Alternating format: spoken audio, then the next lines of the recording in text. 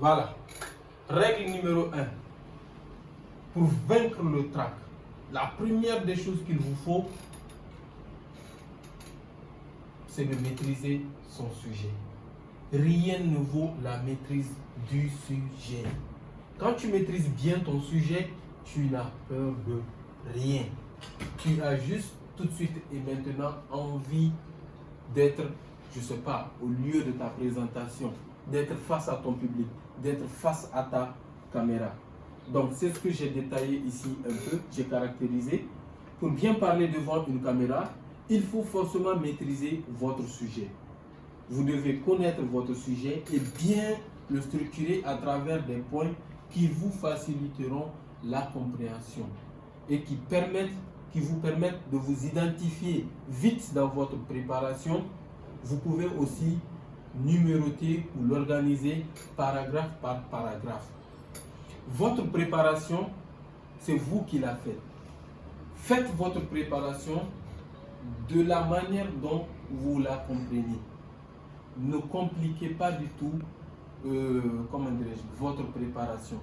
Il y a des gens, j'ouvre un peu la parenthèse, il y a des gens que lorsqu'ils ont une présentation, ils n'ont même pas besoin d'une littérature. Il suffit juste que ces gens-là notent les différents points de la présentation. Par exemple, si ton point 1, c'est de saluer, remercier les gens, tu mets point 1. Salutations, remerciements. Maintenant, si dans ton point 2, tu dois parler d'un contexte, d'une justification, tu mets point 2, contexte et justification. Au moment où tu vas te présenter devant ta caméra ou ton public, et c'est là que dès le moment que tu verras ton point, le point 1, tu sauras ce que tu vas dire. Ça, c'est l'ordre. Ça, c'est l'ordre. Ça, c'est la discipline même envers sa préparation.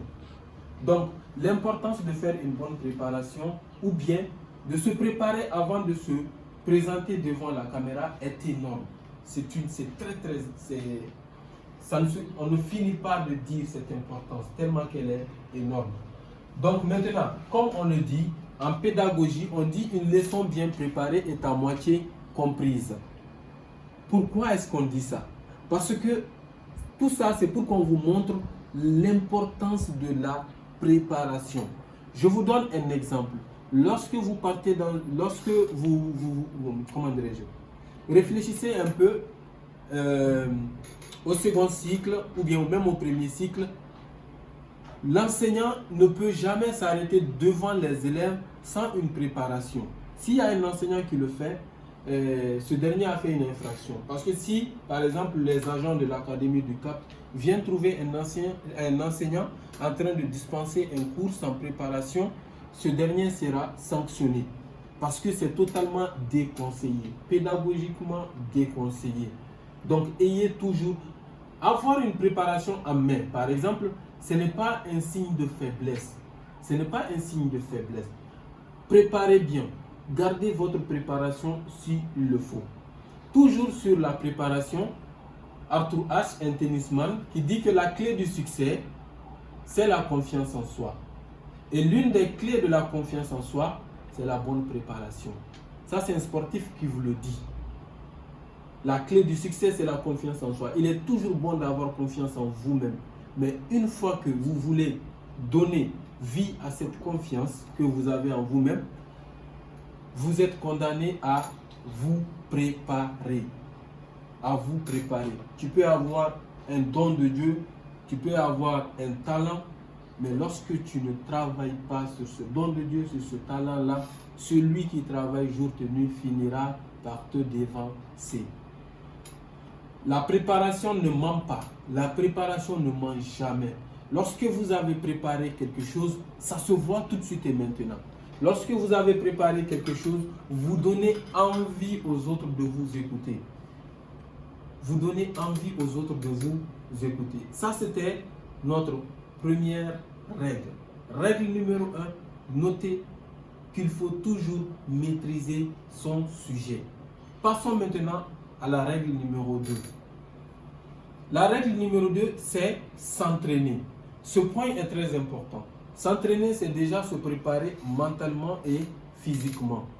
Pour vous entraîner, Vous pouvez, actuellement, nous avons les smartphones, nous avons beaucoup de choses à travers lesquelles on peut s'entraîner. Par exemple, on peut se filmer, comme c'est écrit ici, on peut se filmer.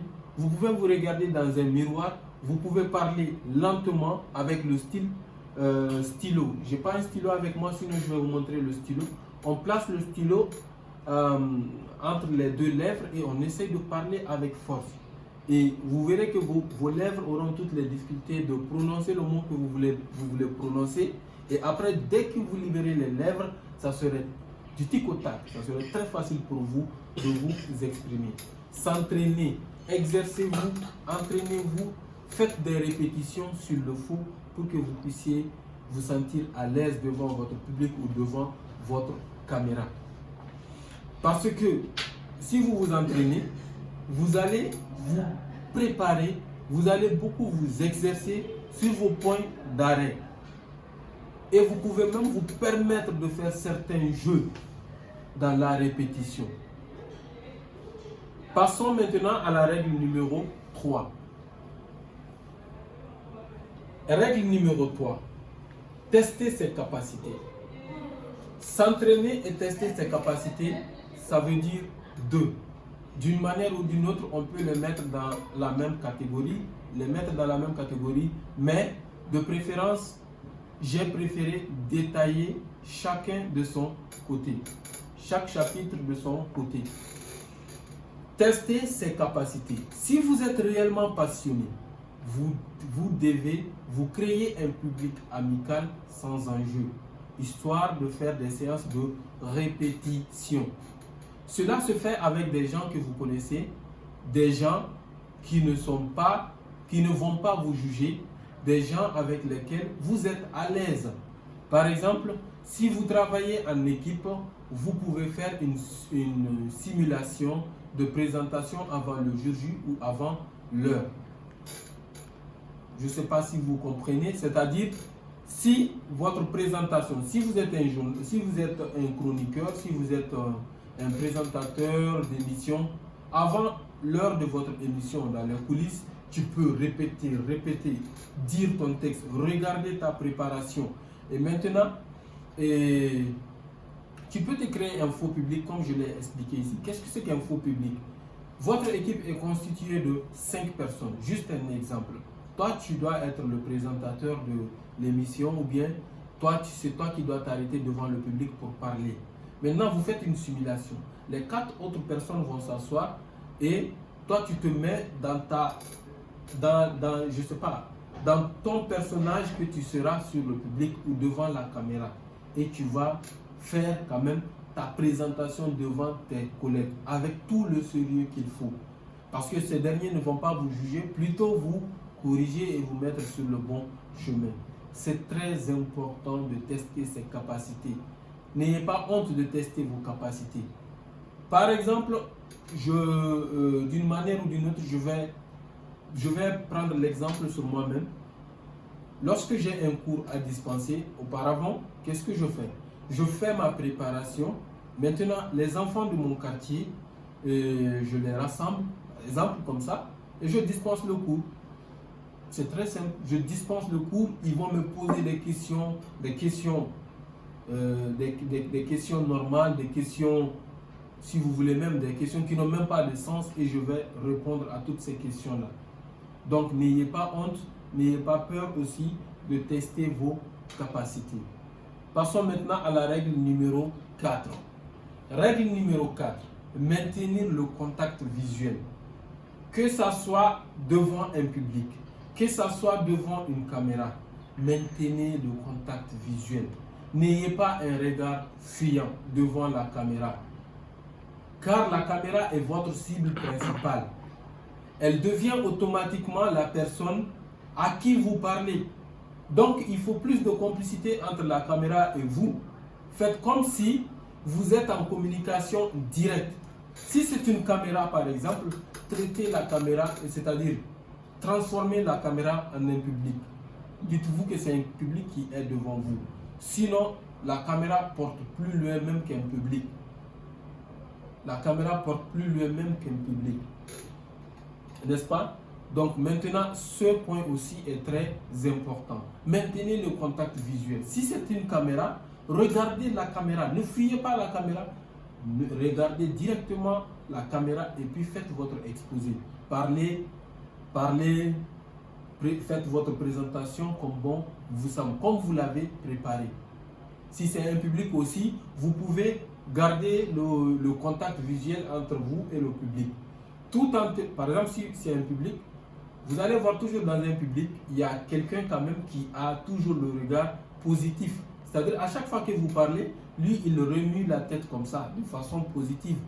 Donc, faites de telle sorte que, à chaque fois que vous faites quelques présentations aller-retour, vous revenez envers cette personne qui a toujours cette façon positive envers vous. Pourquoi? Il faut toujours revenir, si c'est un public par exemple, qui va trouver que la personne a toujours un regard positif ou bien une façon positive entre vous. Pourquoi il est important de revenir toujours vers cette personne? Parce que à chaque fois que vous revenez dans le public, vous l'avez repéré. Il est positif. C'est tout ce que vous dites. Il fait comme ça. Il remue la tête. Oui, c'est bon. Donc, à chaque fois que vous revenez vers la personne, vous allez vous inspirer confiant. La personne là va vous donner une confiance atroce. Passons maintenant à la règle numéro 5. Règle numéro 5, le langage corporel. Le langage corporel. Devant une caméra, devant un public, évitez de rester figé. Évitez de vous comporter comme un robot. Utilisez le langage corporel tout en restant vous-même. Ne figez pas devant la caméra comme un robot. Faites des gestes, car les gestes aussi font partie des formes de communication aussi. Ils peuvent vous faciliter la compréhension, ils peuvent vous faciliter la compréhension et faciliter la compréhension à celui qui vous suit à la télé ou même qui vous suit de façon directe. Donc le langage corporel est très important. Le langage corporel est très important. Par exemple, c'est juste un exemple. Vous pouvez, le sourd, muet, n'est pas aveugle. Quand il regarde la télé et que vous faites comme ça, par exemple, je ne sais pas, aujourd'hui c'est le 2, ou bien aujourd'hui c'est le 3, ou bien j'ai pris 7 bonbons, tu fais 7 comme ça, 7 bonbons, plus 2 bonbons, égale combien? Donc le sourd, même s'il ne t'entend pas, ton langage corporel va le guider. Et il y a des gens aussi qui ont une compréhension un peu difficile. Lorsque vous utilisez le corps pour communiquer, cela peut faciliter aussi la compréhension à ces personnes-là. D'où l'importance du langage corporel. Sur le langage corporel, les conseils que j'ai notés pour vous, donc, c'est de donner un style fluide devant la caméra. C'est-à-dire, c'est vrai, j'ai dit, ne restez pas figé comme un robot, mais restez vous-même. Personne ne va vous gifler, personne ne va vous insulter, personne ne va vous juger. Pourquoi? Parce que dans votre public là qui vous suit, il y a 1001 personnes qui ne peuvent pas faire ce que vous êtes en train de faire, qui ne sont pas capables de venir s'arrêter devant le public. Mais au moins, vous avez eu le courage et l'audace de vous arrêter devant un bon nombre de personnes et puis vous exprimer. Ensuite, toujours avec les conseils, dites-vous que le langage corporel permet de donner vie à votre présentation. À travers vos faits, vos gestes, on sent que vous-même, vous avez confiance en vous-même. On sent que vous-même, vous êtes passionné de ce que vous êtes en train de faire. On sent que vous aimez faire ce que vous êtes en train de faire et vous inspirez confiance aux autres. Ils vont vous faire confiance. Utilisez surtout un langage corporel assez simple, je reviens là-dessus. Très simple, n'exagérez pas du tout. N'exagérez pas du tout. Restez vous-même, utilisez un langage corporel très fluide. sans exagérer. Donc la règle numéro 5, c'est le langage corporel. C'est un point aussi très important dans la maîtrise du trac. Passons maintenant à la règle numéro 6. Bon, c'est une partie blanche, mais bon, c'est notre règle. Donc maintenant, règle numéro 6, garder une bonne ambiance.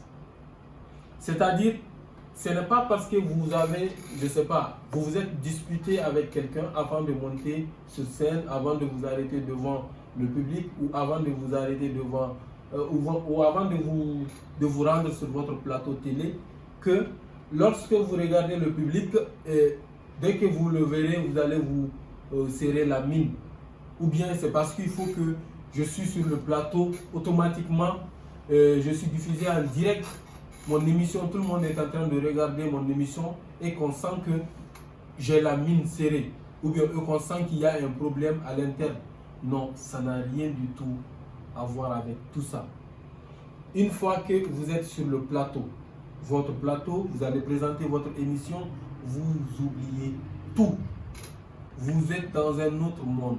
Une fois que vous vous arrêtez devant un public pour parler, vous oubliez tout. Vous êtes là pour un objectif et faites tout pour que vous ne ratez pas votre objectif. Donc pour cela, pour que vous évitez de penser à toutes ces mauvaises choses ou bien à toutes ces discussions que vous avez fait avant de monter sur le plateau, avant de vous présenter devant votre public, il faut se rappeler d'eux. Par exemple, nous avons tous une idole. Rappelez-vous de votre idole.